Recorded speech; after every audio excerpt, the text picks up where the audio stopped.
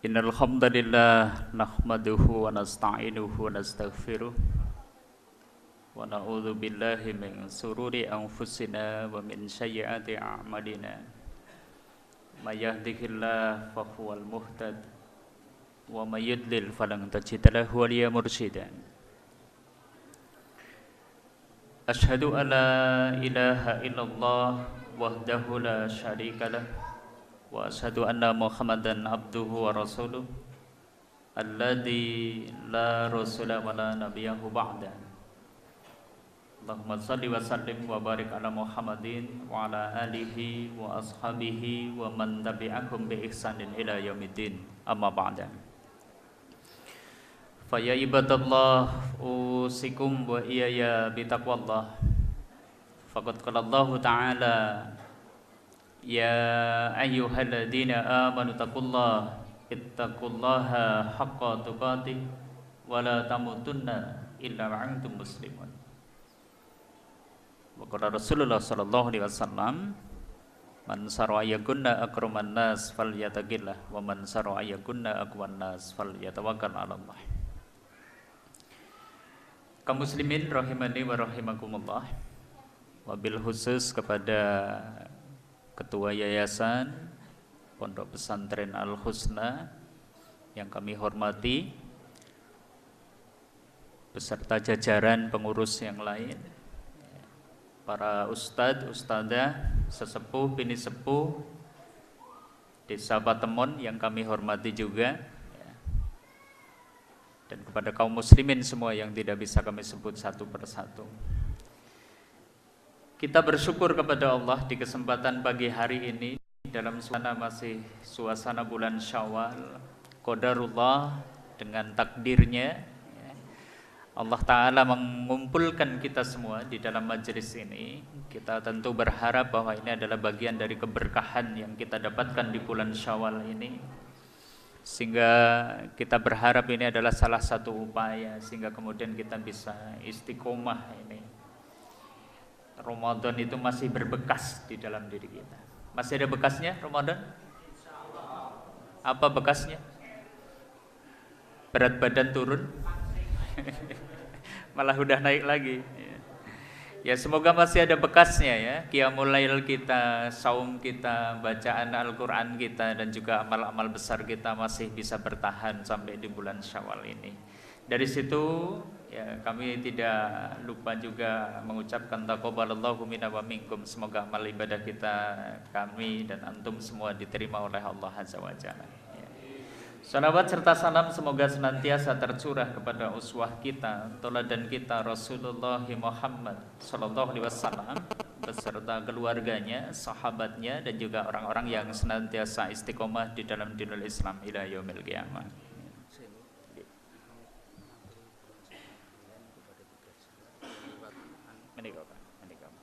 Sing niki kamera betul kamera. Nggih.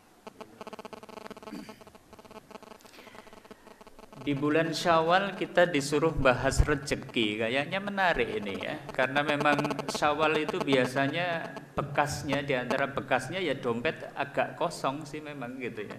Karena banyaknya pengeluaran di bulan Syawal. Ini panitia kemarin ya bisik-bisiknya bahas tentang rezeki aja ini kan. Bagaimana melancarkan rezeki dengan silaturahim. Tapi saya luaskan sedikit kunci pembuka pintu rezeki gitu, coba supaya nanti kita kajiannya cukup melebar gitu. Karena pesanannya banyak ini, pesanan yang harus disampaikan. Satu hal ikhwah, kaum muslimin arsyadakumullah. Demi rezeki ini kadang orang siap berbuat apa saja. Sampai ibaratnya itu mengorbankan kesehatannya. Nek wong Jawa lengarane niku direwangi sikil nggo ndas, nyuwun ngapunten lho niki rada kasar niki. Ndas nggo sikil untuk apa? Demi rezeki. Menarik ini kan. Sampai urusan kesehatan kayaknya tidak mereka perhatikan. Kalau sudah urusan nyari rezeki, siang nyari rezeki ya. Pagi nyari rezeki, siang, sore, malam tidur yang diimpekke yang golek duit gitu loh. Persis kaya marmut. Kertas marmut mboten? Monine pripun? Ya, esok ya monine duit-duit itu kan. Awan ya monine duit-duit itu kan. Jadi orang kalau siang malam kok kerjanya cuma mikirin duit, nggak jauh beda kayak marmut.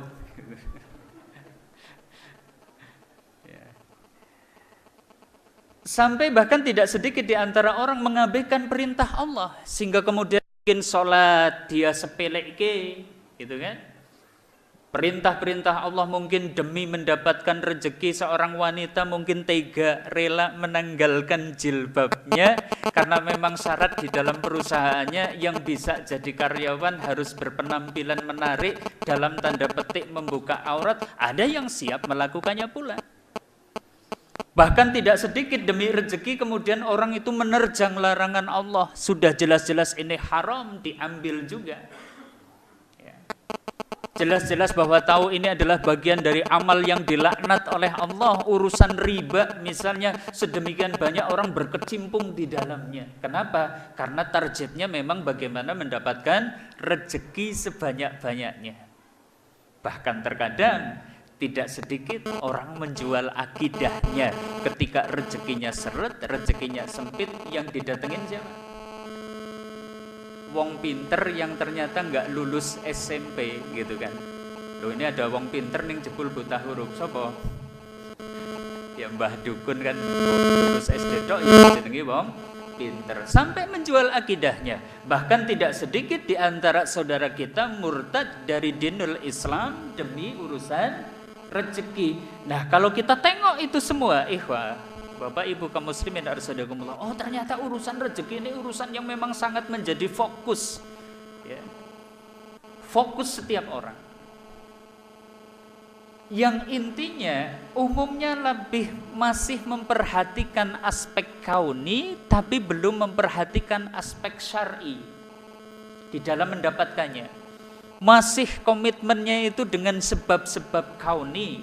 Pengen rezekine oke. Ya kudu sekolah sing dhuwur nyambut gawe sing mempeng. Ini kan kauni saja, belum memperhatikan aspek syar'i. Nah, hari ini kita akan coba melihatnya dari sisi lain bahwa ternyata Allah Ta'ala menyebutkan berbagai macam hujah, berbagai macam dalil bahwa orang akan dilepangkan rezekinya justru malah dari sebab-sebab syar'i. Yang mungkin nanti secara logika itu sebenarnya kayak nggak nyambung ini loh. Bagaimana bisa orang dilapangkan rezekinya dengan sebab syar'i semacam silaturahim nanti insya Allah. Tapi nanti mari kita coba. Dari situ Bapak Ibu saudara-saudari kaum muslimin arsaдаkumullah, mari kita coba bahaslah di antara kunci pembuka pintu rezeki. Ini kalau Dr. Fadl Idal Hidohir itu ada satu kitab ya, Mafatihur Rizq ya, kunci-kunci pembuka pintu rezeki. Ada 10 tapi hari ini saya akan bawakan 5 saja ya. 5 aja, separuh aja ini ya. Dosis kita separuh aja. Kita akan coba mulai satu persatu. Nanti kita lihat nyambung nggak sih antara rezeki dengan sebab syar'i tadi. Yang pertama ikhwah, Bapak Ibu saudara-saudari kaum muslimin arsadakumullah. Kunci pembuka pintu rezeki yang pertama adalah istighfar dan taubat. Nyambung nggak? Bahwa kalau orang banyak istighfar mau bertobat rezekinya lapang. Nyambung nggak? Masuk akal nggak? Kalau menurut saya nggak masuk akal, Pak.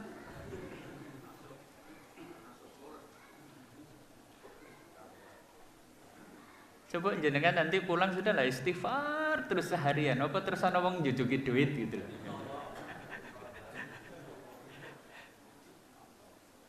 Logika mungkin mengatakan tidak nyambung, tapi yang kita maksudkan iman menuntut kita untuk yakin gitu loh Pak. Ini tuntutan iman, kita bicara tentang iman. Yuk kita runtutkan dulu, kenapa bisa istighfar, taubat itu adalah kunci pembuka pintu rezeki. Saya balik dulu, karena ternyata di antara dampak buruk ketika kita melakukan perbuatan dosa dan maksiat, disempitkan rezekinya. Nanti boleh dibuka kitab Jawabul Kafinya Ibnu Qayyim Al-Jauziyah.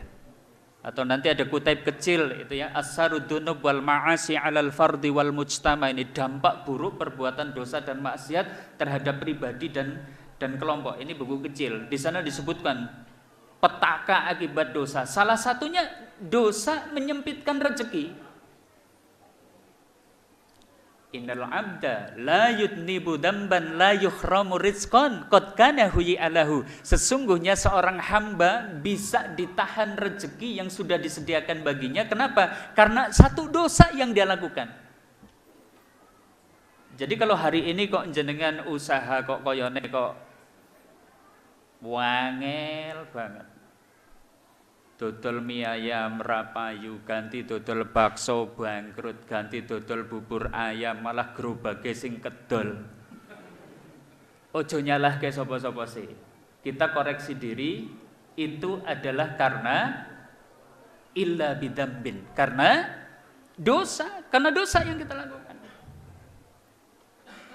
Belum tentu dosa hari ini, bahkan mungkin dosa 10 tahun yang lalu yang kita lakukan. Ingat, Fudail bin Iyad itu beliau pernah mengatakan, sungguh saya merasakan dampak buruk dosa itu adalah karena perbuatan yang saya lakukan 40 tahun yang lalu. 40 tahun yang lalu baru dirasakan hari ini. Jangan-jangan kedurhakaan kita kepada orang tua. Jangan-jangan kedoliman kita kepada sesama manusia. Jangan-jangan kita banyak mengabaikan hak-hak Allah yang belum kita tunaikan. Sehingga kemudian tadi, innal abda la yudnibu damban. Sesungguhnya seorang hamba ketika dia itu melakukan satu perbuatan dosa, la yukhramu rizqan. Benar-benar akan ditahan rezeki, qad kana huyi alahu, yang sebenarnya sudah disediakan baginya. Dari situ, hari ini kita kepengen dilapangkan rezekinya, resep pertama apa? Istighfar, taubat. Istighfar itu apa sih Pak? Ibu? Gimana? Istighfar apa sih? Memohon ampun itu. Kalimat ini bukan hanya sekedar astagfirullah. Loh, ngapain jenengan kok istighfar? Alah awake greges-greges. Loh, ini kok istighfarnya goro-goro greges gitu loh. Istighfar itu apa? Memohon ampun. Makanya Ibnu Taimiyah mengatakan, sungguh istighfar sekalipun ini amalan lisan. Lisan kan ini istighfar. Tetapi jika disertai dengan kesungguhan, ketulusan, itu akan menghapus dosa dan menghapus dampak buruk dari dosa. Menghapus dosa dan menghapus dampak buruk dari dosa. Istighfar saja ini tanpa taubat menurut Ibnu Taimiyah saja bermanfaat. Istighfar yang paling pendek gimana? Astaghfirullah. Ada lagi? Astaghfirullahaladzim. Ada lagi? Istighfarnya Nabi Adam. Istighfarnya Nabi Adam bagaimana? Rabbana dalamna anfusana wa ilam taghfir lana wa tarhamna lanakunanna minal khasirin. Ibu-ibu hafal ibu? Hafal ibu? Istighfarnya Nabi Adam. Istighfarnya Nabi Musa. Ada yang hafal? Surat Al-Qasas. Rabbi inni dalamtu nafsi faghfirli. Ini istighfar. Istighfarnya Nabi Yunus ketika berada di perut ikan. Ayo, ada yang hafal? Ya, surat Al-Anbiya 87 ya. La ilaha illa anta subhanaka inni kuntu minadh dhalimin. Rasulullah SAW bersabda, siapa yang beristighfar dengan istighfarnya Nabi Yunus ketika berada di dalam perut ikan, apa yang diminta akan diijabah. Itu contoh-contoh istighfar. Jadi istighfar itu banyak. Lazimi ini. Karena ini kunci pembuka pintu rezeki. Yang paling bagus istighfar yang bagaimana? Sayyidul istighfar. Allahumma anta rabbi la ilaha illa anta khalaqtani, dan seterusnya. Loh, mana dalilnya bahwa istighfar dan taubat itu kunci pembuka pintu rezeki? Iya, kita bersihkan dulu ini. Ya, dosa, dampak buruk dari dosa kita bersihkan dulu dengan istighfar. Tahu-tahu langsung silaturahim, ini belum sinergi. Bahasa herbalisnya kan kayak gitu ya. Kalau diobati itu harus disinergikan kan dengan beberapa obat. Nah, ini sama, pengen rezekinya, pintu rezeki dibuka, sinergikan. Nanti silaturahimnya nanti kita bersih dulu nih penghalang-penghalang rezekinya dengan istighfar. Surat Hud atau surat Nuh ini? Surat Nuh ayat 10-11 ya. Faqul tustaghfiru rabbakum innahu kana ghafaro. Ucapannya Nabi Nuh kepada kaumnya, ya. Dia berkata kepada kaumnya, istaghfiru rabbakum, mohonlah ampun kepada Tuhanmu, innahu kana ghafaro, karena sesungguhnya Dia Allah itu Maha Pengampun. Yang kemudian di ayat yang ke-11, ayat yang ke-12 disebutkan apa sih fadilahnya ketika mau beristighfar. Apa kelanjutannya?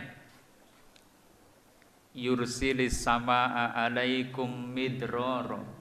Niscaya Allah akan menurunkan kepada kalian hujan yang lebat. Wa yumtidkum bi amwalin wa banina. Allah akan menambah untukmu amwal. Apa ini amwal?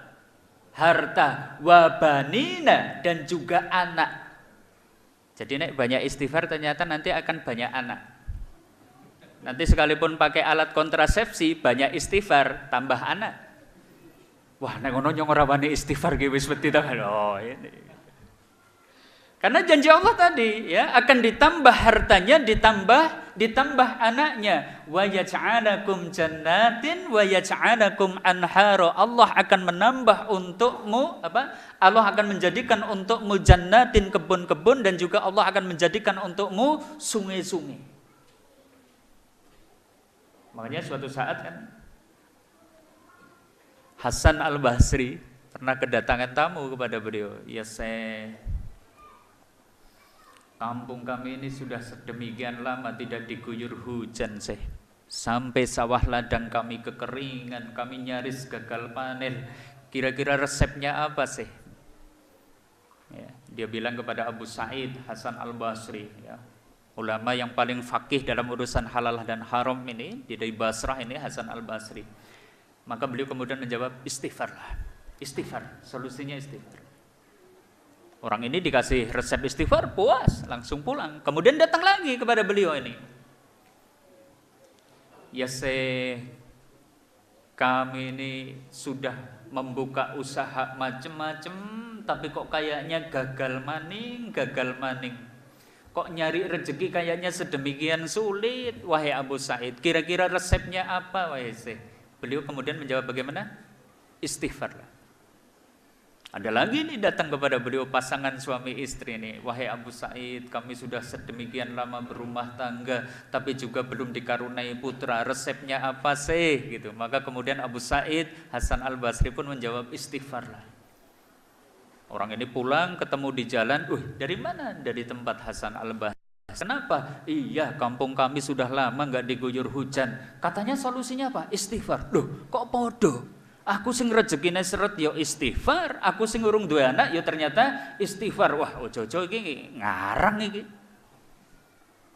Orang ini kemudian datang lagi menghadap Hasan Al-Basri. Wahai Abu Sa'id, ini gimana ini? Kami yang kekeringan istighfar, yang rezekinya seret istighfar, ya.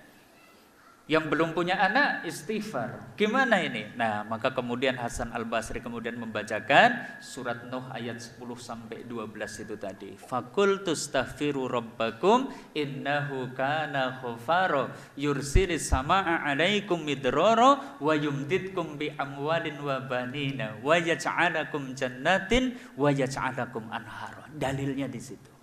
Hari ini kita kepengen dilapangkan rezekinya, buka dengan istighfar. Makanya di dalam Musnad Ahmad beliau pun bersabda ini, man aksaru minal istighfar, siapa yang mau memperbanyak istighfar, ja'alallahu lahu min kulli hammin farajan, Allah akan jadikan setiap kali orang ini sedih, Allah akan ganti dengan senang. Wa min kulli dzikin makhrajan, setiap kali dia menghadapi sempit, Allah akan beri jalan keluar, beri kelapangan. Wa yarzuqhu min haitsu la yahtasib, dan Allah akan memberi rezeki dari arah yang tidak disangka-sangka.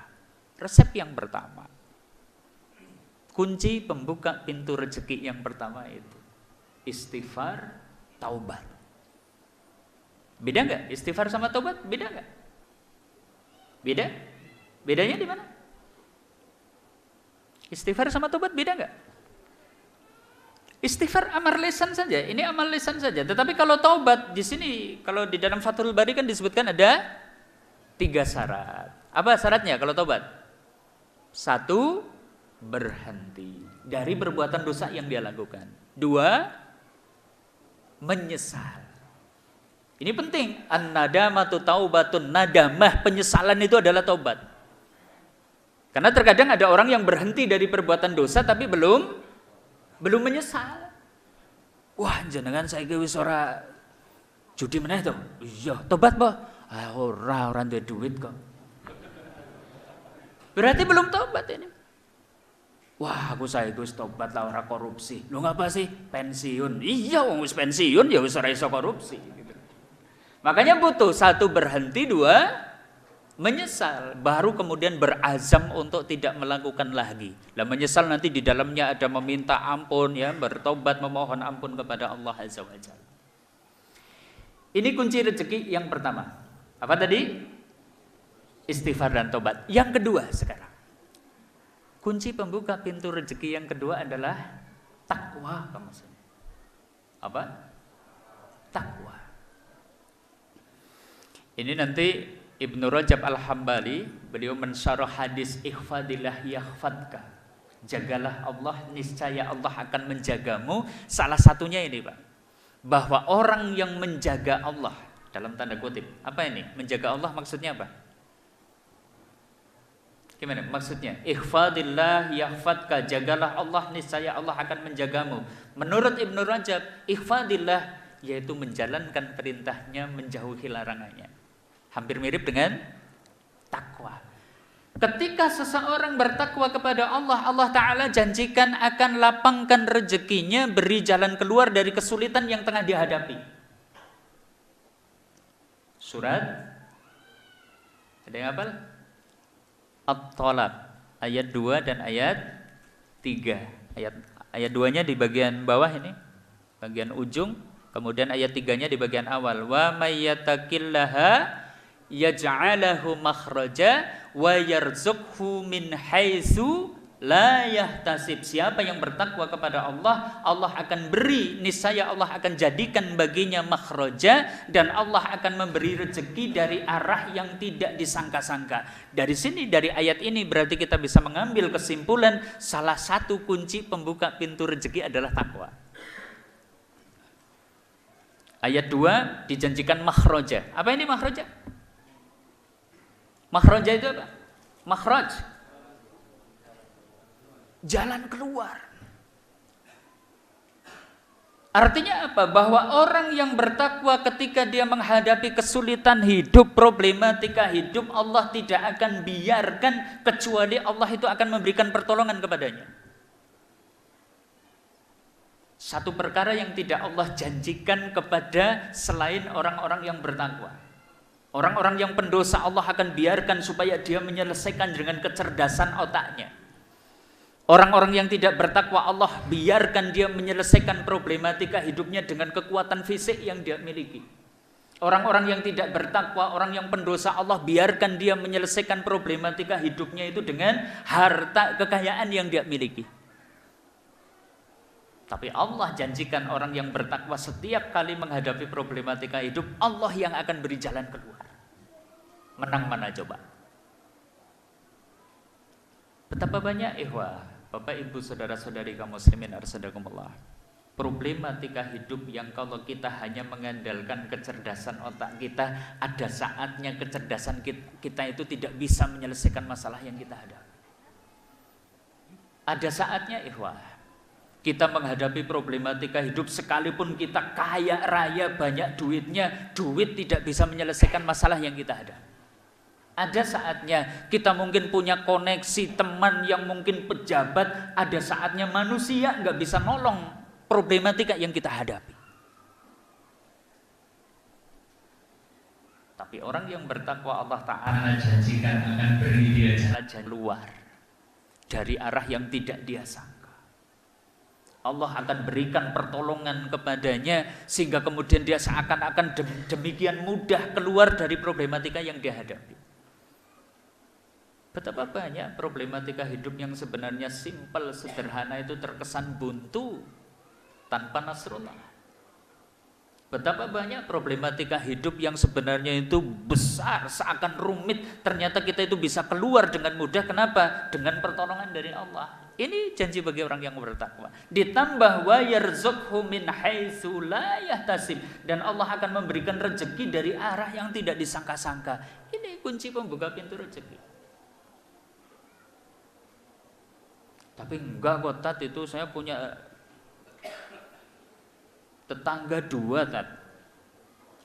Satu koyone jen banyu wudu wae ora tau kambonan, salat ora tau, puasa Ramadan apa maning, ning malah omahe maglong-maglong, kendaraane kuinclong, bojone moblong-moblong. Jebul gawene sementara yang satunya itu jamaah 5 waktu, tahajud nggak pernah dilakoni, ora tahu lat gitu loh. Senin Kemis ora tahu puasa. Yang kelihatan bertakwa kok malah bojone nganggur, anak empriang-priangan, umahe ngontrak, gendenge bocor, listrike nyalur. Coba gimana nih? Katanya tadi orang yang bertakwa dijanjikan akan mendapatkan rizki min haitsu la yahtasib. Ini kok kelihatannya kebalik, yang ahli maksiat penuh nikmat, sementara yang bertakwa kok kayaknya sengsara. Ini gimana ini? Janji Allah ini jangan-jangan belenjani janji kayak gitu Allah. Gimana Bapak Ibu? Kalau tadi lihat kondisi seperti itu tadi, katanya kunci pembuka pintu rezeki takwa. Loh, ini ada orang yang nampak takwa kok ternyata malah hidupnya susah. Yang ahli maksiat malah penuh nikmat. Gimana? Supaya nanti nggak bingung gitu loh. Pulang ngaji malah bingung lah. Kayaknya mau janjine kayak keliru lah. Wong kayak tanggane nyong sing jen genah bergajul gawene maksiat uripe kepenak kok, sing kae sing ngajine mempeng gawene salat jamaah malah uripe susah kok. Gimana? Coba difahami gimana? Itu yang disebut apa? Istidraj. Apa Ibu? Ibu-ibu yang di luar dijawab dengan keras Ibu. Apa Ibu? Istidraj. Yang di sana Ibu? Nanti pulang ditanya sama cucunya, Mbah mau ngaos nopo Mbah? Ngaos nirok kayak ora iso. Istidraj. Apa ini istidraj? Nah ini beliau pernah bersabda. Ini ada di dalam Musnad Ahmad. Idza ra'aitallahu yu'ti 'abda minad dunya 'ala ma'ashi ma yuhibbuhu. Nek jenengan mirsani Allah kok maringin nikmat dunya. Nikmat dunya niku napa? Ayo coba, nikmat dunya itu apa? Harta yang banyak, rezeki lapang, badan yang sehat, karir yang senantiasa menanjak, dipuja, disanjung di dalam pandangan manusia. Ini namanya nikmat dunia. Idza ra'aitallahu yu'ti 'abda minad dunya 'ala ma'ashi ma yuhibbuhu. Kok diberikan nikmat dunia tadi kok diberikan kepada orang yang kerjaannya berbuat maksiat? Kata beliau, fa inna ma huwa istidraj. Ketahuilah itu hanya istidraj. Apa ini istidraj? Apa ini, Bapak? Gimana? Bahasa ini mandalaksanya apa ini? Dilulu, lulon, diblondroke. Bahasa Patemonnya apa ya? Mudeng ora? Bisa dipahami ya maksudnya ya? Ya sudah, kalau nggak mudeng tak contohkan kayak gini lah.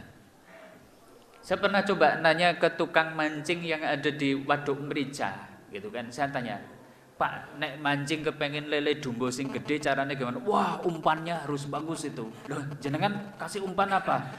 Itu rempelwati digerus karo susu denko dicampur kuning telur asin. Loh, aku ngate gede-gede. Loh, wis ora usah mancing wis dipangan rempelwati. Mancing umpannya kayak gitu, Pak. Saya tanya kepada jenengan, si tukang mancing itu ngasih umpan enak, apa karena saking sayangnya kepada lele dumbo tadi? Kayak gitu, saking sayangnya. Iya apa tidak? Gini apa betul?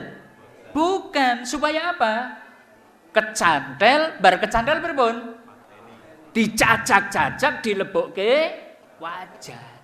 Seperti itu yang disebut istidraj. Dikasih bukan karena Allah sayang, cuma supaya dia semakin kufur terhadap Allah. Bisa dipahami enggak? Nah, untuk memahami baca At-Taubah 85. Wala tu'jibka amwaluhum wala auladuhum, siro rausah takjub, kalian gak usah gumun dengan harta dan anaknya orang kafir, orang yang ahli maksiat itu. Jadi kalau lihat tadi kondisi seperti itu gitu kan, orang yang ahli maksiat kok penuh nikmat, wala tu'jibka, kalian gak usah takjub dengan harta dan anak-anaknya orang yang ahli maksiat itu. Kenapa? Innallaha yuridu ayyu'adzibahum biha fid dunya. Allah hanya menghendaki dengan anak dan hartanya orang-orang yang ahli maksiat itu sebagai siksa bagi orang itu tadi di dalam kehidupan dunia, wa tazhaqu anfusuhum wa hum kafirun, dan kelak ketika dicabut nyawanya dia dalam keadaan kafir. Mau? Na'udzubillah min dzalik. Orang kalau ahli maksiat kok hidupnya penuh nikmat, biasanya gembeleng, Pak. Oh, tontonan aku, ora tahu ngibadah malah rezekine omber, rika, jengkang, jengking siki yang nyambut gawe ya melu enyong. Kayak gitu enggak? Sehingga ketika dicabut nyawanya dia masih bangga dengan kekufurannya, bangga dengan kemaksiatannya. Na'udzubillahi min dzalik. Artinya janji Allah tetap, wa may yattaqillaha yaj'al lahu makhraja wa yarzuqhu min haitsu la yahtasib. Allah akan memberi rezeki kepada orang yang bertakwa dari arah yang tidak disangka-sangka. Rezeki yang bagaimana? Rezeki yang tidak harus besar tapi bisa menjaga harga dirinya di dalam pandangan manusia. Harta atau rezeki yang bisa menjaga dirinya sehingga tidak terjatuh untuk mengambil sesuatu yang haram. Ini baru nikmat. Bisa dipahami? Kita sudah dapat 2 kunci pembuka pintu rezeki. Satu apa tadi? Istighfar dan tobat. Yang kedua, takwa. Sudah bertakwa belum? Sudah ya, karena ini keluar dari bulan Ramadan kan la'allakum tattaqun ya. 1 bulan puasa kita keluar sudah jadi orang bertakwa. Sudah ya? Sudah ya? Wes jan, mantep ya. Kalau kaitannya dengan takwa ada satu hadis qudsi ini yang juga menarik untuk kita kaitkan. Hadis ini ada di dalam riwayat Tirmidzi ya, dihasankan oleh Syekh-Albani. Hadis qudsi. Innallaha ta'ala yaqul, sesungguhnya Allah Ta'ala itu berfirman, ya ibna Adam tafarrah li ibadati, wahai anak Adam, bersungguh-sungguhlah kalian di dalam beribadah kepadaku. Takwa ini bersungguh-sungguh. Apa janjinya ketika kita itu mau bersungguh-sungguh beribadah kepada Allah? Kemudian disebutkan amlu sadroka hinan wa asudda fakroka, akan aku penuhi dadamu dengan rasa kaya dan akan aku cukupi kebutuhanmu. Wa illa taf'al, jika kalian tidak melakukannya, jika kalian tidak bersungguh-sungguh beribadah kepadaku, mala'tu yadaka suklan, aku jadikan tanganmu sibuk, walam asudda fakroka, tapi tidak aku cukupi. Menarik. Tadi yang pertama bagaimana? Orang yang sungguh-sungguh beribadah kepada Allah bagaimana? Malah sadruka hinan, aku jadikan dadamu penuh dengan rasa kaya. Kita butuh rasa kaya gak sih? Ibu, butuh? Kenapa coba? Kenapa coba? Kita butuh rasa saja, rasa kaya ini butuh ini. Di dalam dada kita diisi oleh Allah rasa kaya. Orang kalau tidak dikasih rasa kaya, bagaimana? Tidak akan pernah merasa bahagia, tidak akan pernah merasa cukup, senantiasa merasa kurang. Entok kasil sedino 1.000 kurang, 200.000 kurang. Ada orang penghasilannya sehari 1 juta kurang, ada enggak? Banyak, wong angsurannya sebulan 50 juta. Kita butuh, rasa kaya itu butuh Bapak. Karena kunci kebahagiaan itu tadi, al-qanaatu bil qalil. Ini salah satu tanda orang bertakwa. Menurut Ali bin Abi Thalib adalah al-qanaatu bil qalil. Bisa merasa cukup dengan nikmat yang sedikit.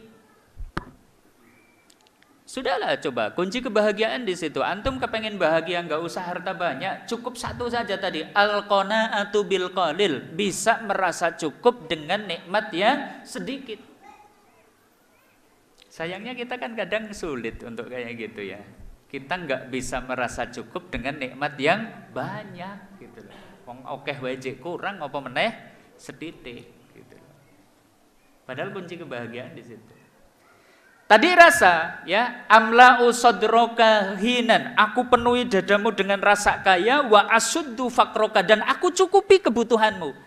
Ini dua unsur, Pak. Satu rasa kaya, dua benar-benar dicukupi kebutuhannya. Sekarang kita balik. Wa illa taf'alu dzalik, jika kalian tidak seperti itu, tidak mau sungguh-sungguh beribadah kepada Allah, malaktu yadaka suhlan, aku jadikan tanganmu sibuk. Sibuk itu gimana? Sibuk itu bagaimana, Pak? Urusannya banyak, pekerjaannya banyak, bisnisnya pirang-pirang, Pak. Walam asudda fakroka, tapi tidak aku cukupi kebutuhanmu. Coba bayangke, sibuk pegaweane ora ono enteke, ning ora cukup. Pilih mana coba? Ora sibuk ning sugih gitu ya Pak ya. Wis pokoke goleke sing penak-penak kan gitu. Tadi kuncinya bagaimana? Tafarrah li ibadati, wahai hambaku, bersungguh-sungguhlah beribadah kepadaku. Apa janji Allah? Aku jadikan dadamu rasa kaya, aku akan cukupi kebutuhanmu. Tapi nek tidak, aku jadikan tanganmu sibuk, banyak urusan, banyak pekerjaan, walam asuddu faqroka, tidak aku cukupi kebutuhanmu. Sengsara sing kaya ngene. Dari situ kuncinya tadi yang kedua adalah takwa. Kaum muslimin arsyadakumullah. Yuk kita lanjutkan. Yang ketiga, kita hafalkan dulu ini supaya ingat. Kunci pembuka pintu rezeki. Satu. Ibu-ibu yang di luar hafal enggak? Satu apa ibu kunci pembuka pintu rezeki? Panitia punya door prize enggak? Ini yang suaranya paling kelas dikasih door prize ini Pak. Satu, istighfar dan tobat. Yang kedua, takwa. Yang ketiga, kepengen rezekine omber, tunaikan haji dan umroh Pak. Alah, wong rezeki lagi seret malah. Pasti langsung komentarnya kayak gitu. Tapi ini memang demikian. Karena beliau Rasulullah SAW bersabda, hadis ini diriwayatkan oleh Imam Ahmad, At-Tirmidzi, An-Nasa'i. Tabi'u bainal haji wal umrah, ikutilah ibadah hajimu dengan umrah. Kenapa? Fa innahuma yanfiyanil faqra wa dunub, karena keduanya apa ini maksudnya? Haji dan umrah itu bisa menghapus kefakiran dan bisa menghapus dosa. Makanya saya sarankan, kalau jenengan kok hari ini rezekinya seret, duitnya kok harta bendanya sedikit, saya anjurkan ayo berangkat haji dan umrah Pak. Biaya umroh kena rezekine ra seret gitu. Maksud saya kadang kan orang kan hitung-hitungan gitu ya Pak ya. Saya punya uang 40 juta, mendingan tak puter aja buat modal gitu kan. Sementara nanti kewajiban haji bisa lah belakangan-belakangan. Nah, ini kita maksudkan bahwa itu pun sebenarnya bisa menjadi kunci pembuka pintu rezeki. Nah, ini kita bahas yang lain waktu aja ya, karena ini urusan haji dan umrah. Yang keempat lah, langsung kita masuk ke poin yang keempat ini. Apa kunci pembuka pintu rezeki yang keempat? Silaturahim. Nah, sekarang kita bahas apa sih yang dimaksud dengan silaturahim Pak? Baru nanti kita carikan dalilnya bahwa itu kunci pembuka pintu rezeki. Silaturahim itu apa? Silatun, menyambung, ar-rahim. Apa ini ar-rahim? Apa ini ar-rahim? Para ulama nanti berbeda pendapat. Ada yang memaknai ar-rahim itu adalah orang-orang yang masih memiliki hubungan nasab dengan batas tertentu. Ada yang memaknai bahwa ar-rahim itu maknanya adalah orang-orang yang masih memiliki hak waris. Coba, orang yang masih memiliki hak waris dengan jenengan, ada berapa pihak? Saya tanya. Pernah belajar ilmu faraid?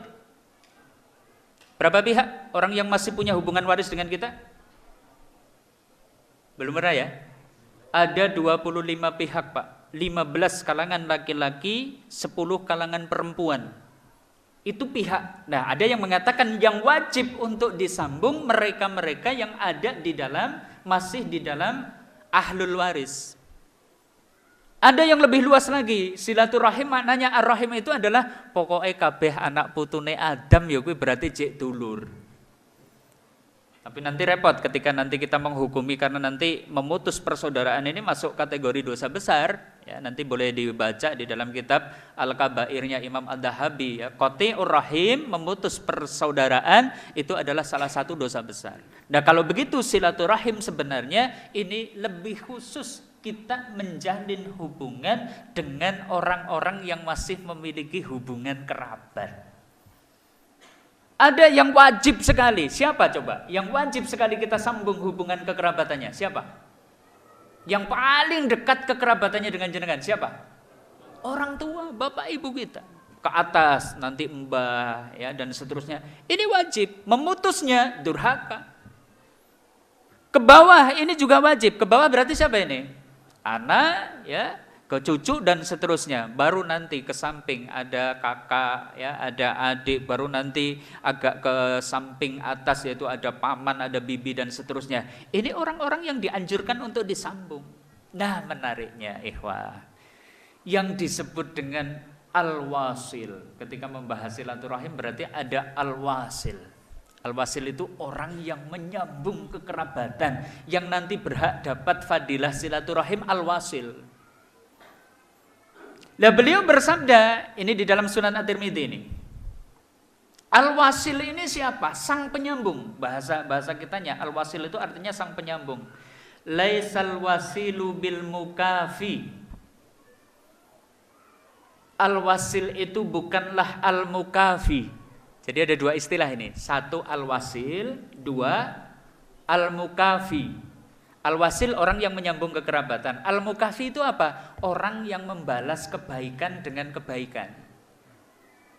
Jenengan punya dulur lanang, kok gelem sowan tengone jenengan, nggawa gula teh, nggawa jeruk 2 kilo, nggawa melon 3 kilo. Jenengan pulang membalasnya. Oh, sebab wis nggawa apa? Mau? Gula teh, jeruk 2 kilo, melon 3 kilo. Wah, ki bali tak wae beras 2 kintal. Gitu ya, misalnya kayak gitu ya. Jenengan statusnya apa? Al-mukafi, membalas kebaikan dengan kebaikan. Bisa nggak kayak gitu? Bisa nggak? Insya Allah. Nah, jenengan kayaknya kebangetan, kok dikirimi apa-apa malah orang matur nuwun najat maning. Alah gawa jeruk-jeruk kecut be. Alah wis diwae najat maning gitu. Ini bukan al-mukafi, yang kayak gini al-mukafi aja nggak masuk gitu loh. Ini membalas kebaikan dengan kebaikan. Kita dikunjungi, balas ngunjungi. Kita dikasih hadiah, kita balas ngasih hadiah. Ini namanya al-mukafi. Tapi al-wasil bukan itu. Al-wasil itu apa? Walakin al-wasil alladhi idan qata'at rahimuhu wasalaha. Akan tetapi yang disebut dengan al-wasil, orang yang menyambung persaudaraan, yaitu orang yang dibenci, yang diputus oleh saudaranya, tetapi dia mau menyambungnya. Nah, ini baru barang langka. Bisa? Jenengan duwe dulur ngambah ora tau. Jangankan telepon, SMS bae ora. Jenengan kira-kira gelem disiti ngambah pora? Mau enggak mendahului mendatangi, mau enggak? Ora sudi ya. Mau enggak? Ini namanya al-wasil. Kalau tadi kita dikunjungi, balas mengunjungi, kita dikasih hadiah, balas ngasih hadiah, ini al-mukafi. Bagus enggak al-mukafi itu? Bagus, tapi lebih bagus lagi kalau kita jadi al-wasil. Kita dibenci, kita punya dulur lanang, petukan, melengos, bahkan golet dalan liut, jaluk tulung ora tahu gelem nulungi. Takut takon wae ora tahu, Pak. Jenengan mau mendahulunya. Tuh, menang wae kan? Ini al-wasil yang tadi dijanjikan. Ya, man sarrahu ayyubsata lahu fi rizqihi wa tunsa'alahu fi asarihi falyasil rahimah. Nah, ini kan ada kata falyasil rahimah. Siapa yang kepengen dipanjangkan dilapangkan rezekinya, dipanjangkan umurnya, falyasil rahimah, sambunglah rahim-rahimnya. Ini al-wasil. Nek jenengan kan benten sowan teng ngene dulure nggih. Pak D sepindah sowan kula teng mriki silaturahim. Kaping kalih. Lah jane intine kaping kalih iki. Kaping kalih anak kula niku badhe bayar semester, Pak D. Wis genah utang. Ini bukan al-wasil, yang kayak gitu bukan al-wasil. Bisa dipahami nggak? Al-wasil ini orang yang dibenci, orang yang diputus sama saudaranya, tapi dia mau menyambungnya. Mau? Bisa? Yang tegas lah. Ibu-ibu siap? Mantap. Nih, saya punya hadis. Hadis ini ada di dalam tafsir Ibnu Katsir surat Ali Imran ayat 134, Pak. Diriwayatkan oleh Imam Baihaqi. Man saro ayusrafal lahul bunyan wa turfa'u lahu darajat. Siapa yang kepengin dibaguskan bangunannya di surga dan ditinggikan derajatnya. Ada dua keutamaan berarti. Dibaguskan bangunannya, ditinggikan derajatnya. Ini bangunan di surga loh. Bangunan di surga. Ada yang punya cita-cita bahwa besok harus punya istana paling bagus di surga? Ada? Apa enggak? Cuma pengen saingan rumah di dunia saja? Kita dapat tawaran KPR BTN, wah senengnya raukur gitu kan. Coba sekali-kali target kita KPR di jannah. Nyicil rumah di surga. Mau? Pengen tahu rumah di surga seperti apa? Ibu, rumah di surga seperti apa? Ngertos mboten Ibu? Tak kasih tahu ya Bu ya. Ini hadis ini diriwayatkan oleh Imam Tabrani. Ada seorang sahabat bertanya ini, ya Rasulullah, hadasana anil jannati ma bina'uha. Ya Rasulullah, tolong ceritakan kepada kami istana bangunan di surga itu seperti apa. Maka beliau kemudian bersabda, labinnatu min dahab wa labinnatu min fiddah. Yang namanya istana di surga Ibu, batu batanya emas, batu batanya perak. Ibu punya emas sebesar batu bata? Batu bata sebesar emas punya gitu. Ini besok rumah kita, istana kita di surga itu batu batanya emas, batu batanya perak. Wa asbu'uha lu'lu' wal yakut. Kerikil-kerikilnya pasir yang gunakan untuk ngelepa, ngecor, permata dan mutiara. Bukan ake, Pak. Jenengan dua ake wis gembeleng banget. Ini permata dan mutiara saja ini besok jadi kerikil bangunan di surga. Punya mutiara, Ibu? Sing go gawe bubur. Mutiara go gawe bubur. Masih ditambah wa milatuhal misik, adukannya buat ngaduk itu tadi semen, pasir gitu kan, kalau di dunia kan gitu. Adukannya pakai apa? Air aqua. Ada yang ngaduk pasir, wah beli berapa galon air aqua buat ngaduk pasir untuk ngecor bangunan, ada? Besok adukannya itu misik, minyak kasturi. Orang paling kaya di Purbalingga, Sambas, pernah beli 1 tangki parfum, gue ngopo kuwi, gue ngecor omah. Ada yang kayak gitu? Besok batu batanya emas, batu batanya perak, kerikilnya permata dan mutiara, adukannya pakai minyak kasturi. Wa may yadkhulu hayyan amwala ya'bas. Siapa yang masuk ke dalamnya akan merasakan nikmat, tidak akan pernah susah, akan senantiasa muda, tidak akan pernah tua, senantiasa hidup, tidak akan pernah mati. Itu baru namanya nikmat. Betul nggak? Umaya apik maglong-maglong kendaraane kinclong tuwek. Nikmat nggak? Saya tanya. Jenengan umumnya bagus, hartanya banyak, tua Pak. Nikmat nggak? Nikmat nggak? Arep mangan opo wae iso, duwite oke. Ning Pak dokter malah ngendika, "Mbak, jenengan ampun dahar sing enak-enak. Kolesterol engko dhuwur, tekanan darah naik, asam urat, Mbah. Saniki jenengan kudu ndahare krekel." Bandane miliaran lho Pak, kuwi Pak. Uangnya banyak loh itu. Mau makan apa saja bisa, esok sambel ayah iso, sore Haji Slamet. Apa meneh? Malah kon dahar apa? Krekel. Dunia seperti itu. Kalau kita hanya sibuk kejar dunia, rugi. Kita kejar tadi istana di surga. Mansaro ayusrofallahul bunyan. Siapa yang kepengin dibaguskan bangunannya di surga, wa turfa'ulahu darajat, kepengin ditinggikan derajatnya. Mau enggak derajatnya tinggi di surga? Kula senu bagian ngisor dhewek mboten napa-napa kok tat itu. Asal mlebu surga bagian ngisor dhewek mboten napa-napa. Ada resikonya enggak nek jenengan bagian ngisor dhewek? Ada resikonya enggak? Apa?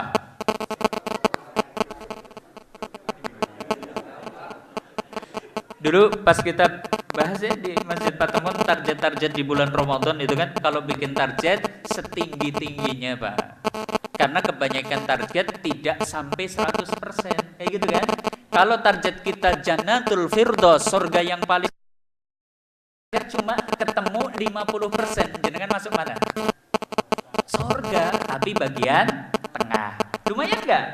Alhamdulillah. Jenengan targetnya rendahan ya Robi, mbok kula dilebet ke surga ya Robi, bagian ngisor dhewe nggih mboten napa-napa. Gitu ya.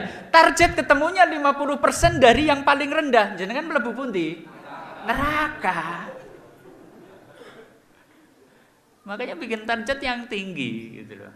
Tadi kita harus mansaro ayusrofallahul bunyan. Siapa yang kepengen dibaguskan bangunannya, ditinggikan derajatnya, ada 3 resep. 1, falyafu amman dolamahu. Hendaknya kamu siap memaafkan orang-orang yang berbuat dolim kepada jenengan. Jangan disakiti, didolimi, dirugikan, maafkan dia. 2, falyukti man haramahu. Hendaknya kamu mau memberi kepada orang yang menahan pemberiannya kepada jenengan. Maksudnya bagaimana ini? Mungkin jenengan punya saudara. Kita tahu saudara kita itu sugih, tabungannya pirang-pirang, rezekine yo lagi omber. Kebetulan kita lagi susah. Mas, kula jan kesusahan sangat, mbok kula niku dipun tulunglah diambil elektronik sakmenten. Saudara kita kemudian menjawab, waduh dek, ora iso dek, aku yo kebutuhannya lagi pirang-pirang. Padahal jan rezekine lagi omber, tabungannya pirang-pirang. Suatu saat dibalik Pak, duluren jenengan niki kesulitan, jenengan dalam keadaan lapang rezekinya, dia gantian datang ke tempat kita. Saya tanya, jenengan jawab apa ketika kakak kita tadi minta tolong kepada kita? Jenengan jawab apa? Oh, butuh pirang atus juta Mas, ngene tak wae kayak gitu. Kayane nek modelen jenengan ora lah. Rika ora kelingan apa kemen iki. Aku lagi susah bae gelem njaluk tulung bae ora kok. Sikira sakna modar. Kayak gitu? Kayak gitu? Nek kepengin ditinggikan derajatnya, dibaguskan bangunannya, beri orang yang menahan pemberiannya kepada kita. Dan yang ketiga, kalau kita kepengin dibaguskan bangunannya, ditinggikan derajatnya, fal yusil man qata'ahu, sambung orang yang memutus persaudaraan dengan kita. Kita punya saudara benci dengan kita, tidak mau mendatangi rumah kita, tidak pernah berhubungan telepon, apalagi ya, atau sekedar SMS saja nggak mau, tapi kita menjadi orang yang pertama mengunjunginya, maka Allah janjikan dibaguskan bangunannya, ditinggikan derajatnya. Siap? Ini dalil yang menunjukkan tadi, kalau kita betul-betul akan menjadi al-wasil, tadi dilapangkan rezekinya dan dipanjangkan umurnya, ya. Man sarrahu ayyubsata lahu fi rizqihi. Siapa yang kepengen dilapangkan rezekinya, wa yunsa'alahu fi asarihi, dan kepengen dipanjangkan umurnya, fal yasil rahimah, sambunglah silaturahim. Jadi ini yang keempat. Yuk kita hafalkan kunci pembuka pintu rezeki. 1, 2, takwa. 3, haji dan umroh. Yang keempat, silaturahim. Yang kelima, terakhir ini, infak. Perbanyaklah infak, perbanyaklah sedekah.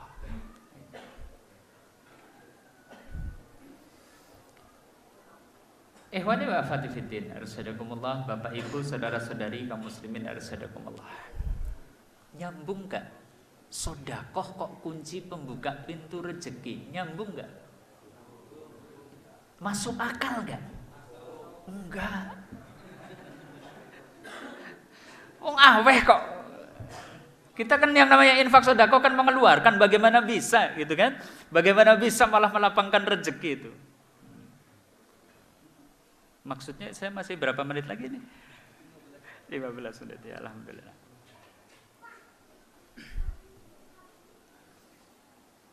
Tapi ini janji, tuntutan iman membuat kita harus yakin. Beliau pernah bersabda ini, salasun uqsimu alaihinna. Masih ada di dalam tafsir Ibnu Katsir surat Ali Imran ayat 134 ini. 3 perkara yang aku bersumpah tentangnya. Rasulullah sampai bersumpah. Tidak sumpah saja kita wajib percaya, ini kan? Salasun uqsimu alaihinna, 3 perkara yang mana aku bersumpah tentangnya. 1, mana qasat malun min sedekah. Harta tidak akan berkurang dengan sedekah. 2, wa mazadallahu 'abdan bi'afin ila izan. Tidaklah Allah menambah kepada orang yang mau memaafkan kesalahan orang kecuali Allah akan menambah wibawa dan kemuliaannya. Yang ketiga, wa man tawadhu'a lillah rafa'ahu Allah. Siapa yang tawadhu'nya karena Allah, Allah akan mengangkat derajatnya. Salah satunya, harta tidak akan berkurang dengan sedekah. Dan ini nyambung dengan surat Saba ayat 39. Qul inna rabbi yarzuqu rizqa liman yasha'u min ibadihi wa yaqdiru lah. Katakanlah, Allah melapangkan rezeki kepada orang-orang yang dikehendaki di antara hamba-hambanya, dan menyempitkan rezeki kepada orang-orang yang dikehendaki dari hamba-hambanya. Jadi urusan rezeki siapa yang menentukan? Allah. Pakai rumus gak? Oh, anggar sekolahnya dhuwur mesti sugih. Oh, anggar sing ganteng ayu mesti sugih. Anggar sing deso katro bodoh ireng genah pelarat. Kayak gitu gak? Kayak gitu gak? Enggak. Ini urusan Allah. Jadi urusan rezeki itu urusan Allah. Deso katro bodoh buta huruf sugih ada enggak? Banyak. Sarjana kere ada enggak? Melas temen. Ini supaya kita yakin bahwa urusan rezeki Allah yang menentukan, dan kemudian Allah menjanjikan wa ma anfaqtum min khairin fa huwa yukhlifuh, dan apa saja infak yang kalian keluarkan Allah akan ganti. Dan ayat ini ditutup dengan satu kalimat, wa huwa khairur razikin, dan dia Allah sebaik-baik pemberi rezeki. Maksudnya apa? Jenengan infak 1000 2000 tidak akan diganti 1000 2000, Pak. Karena Allah sebaik-baik pemberi rezeki. Ada rumusnya, harus 10 kali lipat.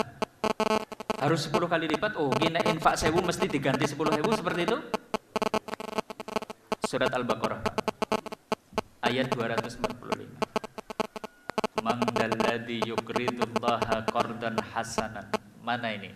Siapa ini yang mau memberi pinjaman kepada Allah dengan pinjaman yang baik?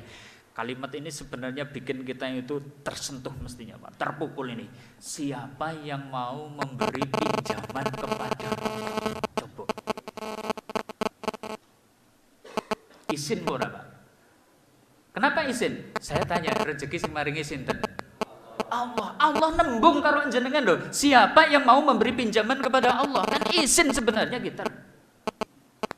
1 itu. 2, yang namanya pinjaman berarti bagaimana, Pak?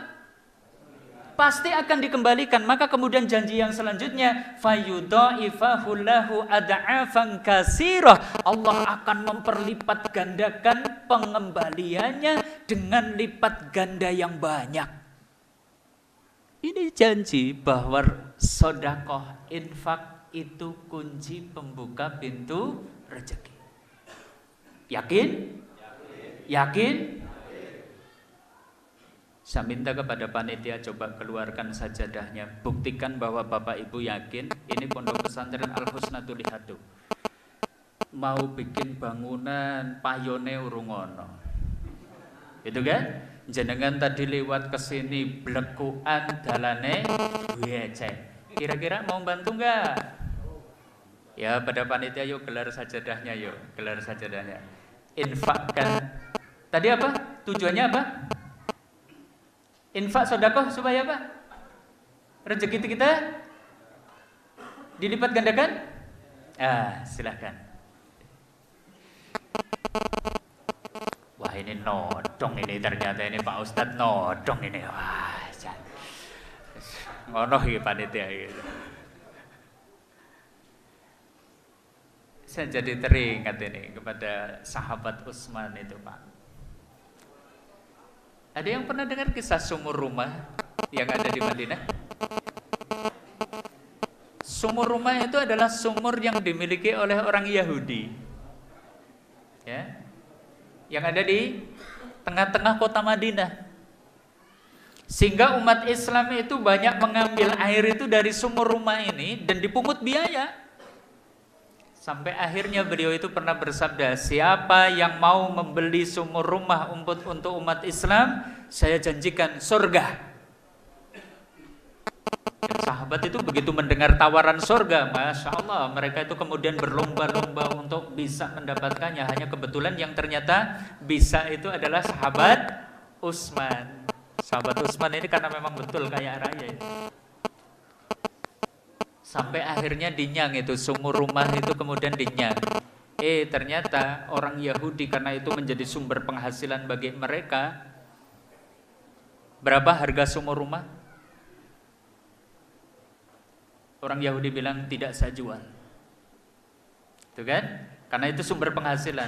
Pinter ini Utsman itu negosiasinya pinter. Ya sudahlah kalau nggak bisa dijual seluruhnya, saya beli separuh saja. Saya beli sumurnya separuh. Betul diberi oleh Utsman bin Affan itu separuh. Dengan harga berapa? 1 juta dirham. Di zaman itu Pak, 1 juta dirham. Kalau sekarang kalikan saja 60.000 rupiah. Berarti berapa? 60.000 juta. Berapa? Sumur Pak, harganya 60.000 juta. Separuh. Belum seluruhnya, ini separuh. Maksudnya separuh bagaimana? Sehari milik rumah, sehari milik Utsman bin Affan, gitu kan? Lah begitu hari di saat dimiliki oleh Utsman, Utsman infakkan. Sudahlah, ini air, wahai umat Islam, ambil semaunya. Hari itu ambil umat Islam, besok nggak butuh air lagi. Pinter kan? Ini loh insting bisnisnya Utsman bin Affan seperti itu. Orientasinya apa? Akhirat. Diinfakkan. Akhirnya bagaimana? Orang Yahudi KO. Nggak ada yang mau beli lagi airnya. Sudahlah kalau memang kayak gitu, saya jual sekalian saja sumurnya. Silahkan. Harus bayar lagi 1 juta dirham lagi Pak. 60 miliar lagi. Hingga hari ini sumur dan kebun rumah masih ada di kota Madinah. Setiap tahunnya masih bisa panen korma senilai 200 juta rial. Hari ini rekening bank yang masih hidup sejak zaman itu yaitu rekeningnya Utsman bin Affan. Seperti itu kalau uang orientasinya akhirat. Ma naqasat malun min shadaqah. Harta tidak akan berkurang dengan sedekah. Yakin? Yakin? Tadi ngeluarin berapa kalau yakin ke sajadah itu? Kadang kan kayak gitu kan, kayak kita kan gitu ya. Kalau urusan akhirat receh lah ya, gitu ya. Tapi kalau urusan kewabong bagaimana? Yang abang-abang. Tapi nggak masalah, luar biasa, sudah luar biasa. Nah kaum muslimin arsyadakumullah. Ingat, sekecil apapun sedekah, dia adalah benteng dari berbagai macam keburukan kaum muslimin. Karena beliau pernah bersabda, as-shadaqatu tasuddu sab'ina baban minas su'. Sedekah itu bisa mencegah 70 pintu keburukan. Saya berharap infak Bapak Ibu hari ini termasuk yang akan menjadi penangkal dari berbagai keburukan yang Bapak Ibu dapatkan. Amin. Yang kedua, sekecil apapun sedekah ternyata bisa menjadi pencegah kematian yang buruk kaum muslimin. Sebagaimana di dalam hadis riwayat Al-Baihaqi, beliau pernah bersabda, as-shadaqatu tasuddu min mitatasyu'in. Sedekah itu bisa mencegah dari kematian yang buruk. Yang ketiga, ternyata sedekah itu obat mujarab dari berbagai macam penyakit, Pak. Yakin? Yakin? Di dalam riwayat Baihaqi juga, beliau pernah bersabda, dawu mardakum bisadaqah wa hasinu amwalakum bizakah. Obati orang sakit kalian dengan sedekah dan jagalah harta kalian dengan zakat. Ternyata di dalam hadis ini beliau menyebutkan dawu mardakum bisadaqah, obati orang sakit kalian dengan sedekah. Saya berharap infak Bapak Ibu hari ini bagi yang sedang dirundung sakit, semoga itu menjadi sebab disembuhkannya sakit Bapak Ibu dan saudara. Yang keempat, ternyata sedekah bisa menjadi penghapus berbagai macam penyakit di dalam dada. Penyakit hati apa? Iri, dengki, ujub, kesombongan. Ternyata salah satunya bakhil. Itu salah satu obatnya adalah ketika kita rajin infak dan sedekah.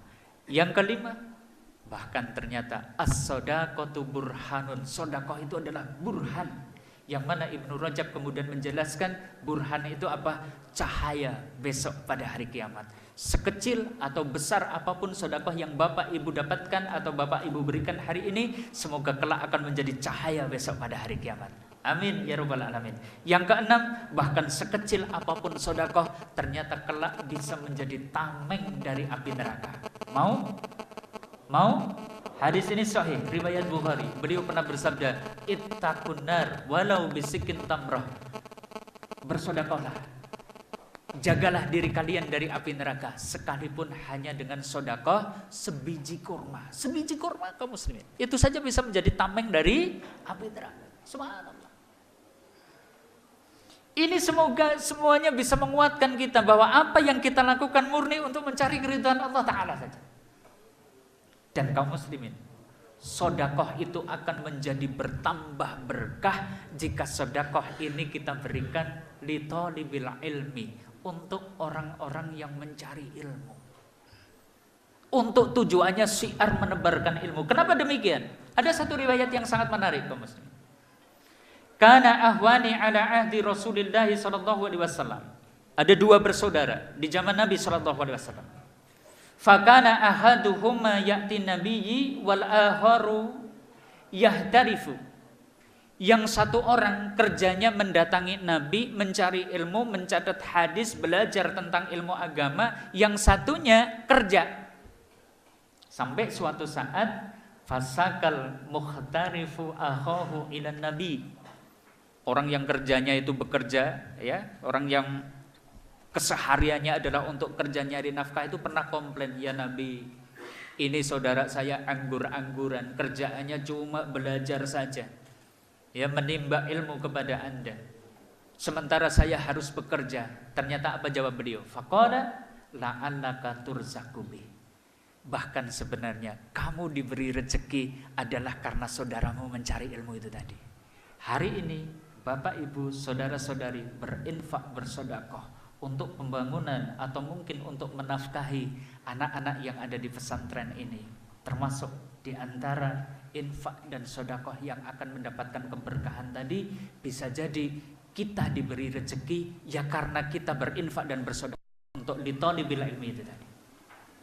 Dan kaum muslimin, keberkahan infak dan sedekah itu akan bertambah jika ternyata objek yang kita kasih infak dan sedekah itu juga tujuannya adalah untuk kebaikan.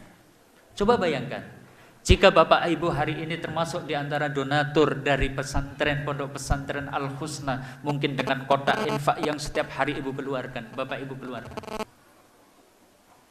yang kemudian digunakan untuk menafkahi para santri-santrinya. Ingat, apa pahala bagi orang yang membaca Al-Quran? Man qara'a harfan min kitabillah falahu bihi hasanatun. Siapa yang membaca satu huruf dari kitabullah, baginya akan mendapatkan satu hasanah, wal hasanatu bi asri amsalihha, dan satu hasanah itu akan dilipatkan 10 kali lipatnya. Dan ternyata untuk bisa baca Al-Quran itu adalah karena dukungan, sumbangsih dari Bapak Ibu semua. Berarti Bapak Ibu semua pun ikut berhak mendapatkan kebaikan yang didapatkannya. Bukankah ini keberkahan dan keberkahan yang berlipat dan berlipat lagi? Dari situ kaum muslimin arsadakumullah, sungguh umat ini akan jaya jika kemudian antara muslim dan muslim yang lain saling menguatkan, saling menutupi kekurangan. Hari ini saudara-saudara kita yang ada di Al-Husna berusaha untuk menjadikan pondok ini menjadi pondok tahfidz, yang bahkan mungkin targetnya adalah bisa memunculkan hafidh-hafidh baru. Bahkan itu juga targetnya menarik, karena ternyata santrinya mungkin gratis, tidak perlu pakai bayaran. Dari situ butuh dukungan dari kita semua. Dan saya berharap, saya memohon kepada Allah, semoga ini bisa menjadi keberkahan bagi kita semua. Ada saudara yang membutuhkan, kita menolongnya, berarti itu adalah lapangan amal bagi kita semua. Ini kaum muslimin arsadakumullah, 5 kunci pembuka pintu. Yuk kita hafalkan satu persatu sebelum kami akhiri. 1 apa? Istighfar dan taubat. 2, bertakwa. 3, haji dan umrah. 4, silaturahim. Dan yang kelima, infak dan sedekah. Terakhir saya pesan saja, kelima amal itu tadi jangan sampai salah niat. Kaum muslimin arsadakumullah, karena ini sungguh bahaya. Kalau sampai salah niat sungguh bahaya. Artinya kita berinfak, bersedekah, kita nyambung silaturahim bukan untuk dilapangkan rezekinya, tujuannya bukan itu, tapi untuk mencari ridho Allah. Kalau tidak, masalahnya ini bisa jadi bahaya. Surat Hud ayat 15. A'udzubillahi minasyaitonirrajim. Man kana yuridul hayatad dunya wa zinataha, siapa yang dengan amalnya menghendaki kehidupan dunia dan perhiasannya, nuwafi ilaihim a'malahum fiha, akan kami berikan kepada mereka balasan pekerjaan itu di dunia, wahum fiha la yubkhasun, sedikit pun tidak akan dirugikan. Jenengan infak sedekah kok kepengen dapat rezeki yang dilipatkan 10 kali lipatnya, dapat Pak, nanti dikasih Pak. Jenengan berinfak bersedekah kok untuk nyari sanjungan dan pujian, nanti manusia akan menyanjung dan memuji. Jenengan berinfak bersedekah, beramal-amal itu tadi supaya mendapatkan kedudukan jabatan, dapat kedudukan dan jabatan. Wahum fiha la yubkhasun, sedikit pun Allah tidak akan merugikannya. Tapi di ayat yang ke-16, ulaikal ladzina laisa lahum fil akhirati ilan nar, mereka itu tidak akan mendapatkan apa-apa di akhirat kecuali neraka. Wahabitu masana'u fiha wa batilum ma kanu ya'malun, dan di akhirat sia-sia apa yang mereka usahakan dan tidak mendapatkan apa yang mereka amalkan. Artinya kita harus meluruskan ya tentang ini, tentang ayat ini. Terakhir sedikit kami tekankan.